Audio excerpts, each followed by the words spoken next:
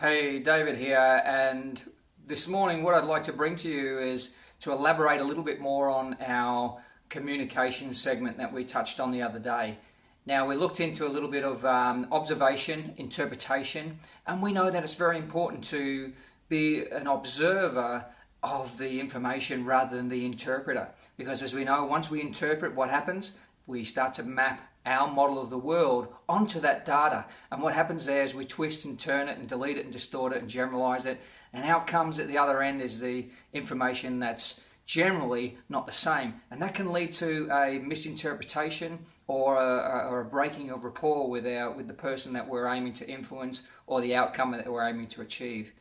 So this morning I wanted to touch on something called matching and mirroring, or them sensory acute little things that sometimes we forget about. I mean, we're doing these unconsciously.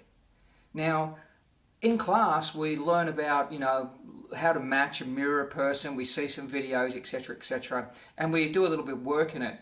But the real work is done outside there with the individuals, with people, with your clientele. Now, if you're an influencer or a coach or a salesperson or someone looking for outcomes, this is imperative. This is part of your unconscious communication. This is the 93% or part of it anyway.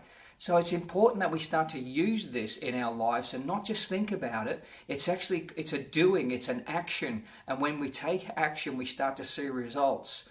So I want you to start to use this as that fifth level, because the fourth level is unconsciously. We know that. We're doing it unconsciously. We know how to do it. But I'm challenging you to take yourself to the fifth level so that you're consciously aware that you're doing this unconscious. That's right. And once that starts to take place, you'll become aware that you're actually doing it already.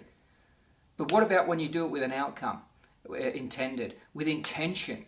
Start to match and mirror those people. Start to, your clients and people that you're working with, etc., and all those people that you're aiming to influence. If you're looking to take your level up to get better results, get better turnovers, get better rapport, start to influence your clients to get better results, this is a major part of it. That's right. Start listening with intent. Start listening to those predicates, those sensory words, and at the same time start matching a person's physiology. And imagine if you came up and met Tony Robbins at live face to face. Now, what type of state would you be in to get rapport with him? Just think about it. If you walked up to him and went, "Yeah, my name's David, how you going?" Or would you actually change your physiology and go, "Hey, there's Tony," and I just walk straight up and go, "Hey man, how you going?" And that's the level of matching and mirroring. We do it unconsciously, but let's start taking ourselves to that fifth level, match and mirror. In that case, we want to be copying in some way, matching and mirroring a person's body language, person's breathing, their tempo, and also the speed of their language. If they're speaking very quick, then match them that way. If they're speaking slower, then slow down your pace to match the kinesthetics. That's right, slow down the pace. So there's many things we can match and mirror. So let's start to look for those sensory acute things and start to match and mirror, and at the same time observe, and we're going to start to see how we can get deeper into a person's model of the world so we know how to take them from A to B and get the outcomes you want. Get outcomes you want, you get results, and you become successful. Until next time, David signing off, and we'll see you next time. And remember, be true to yourself.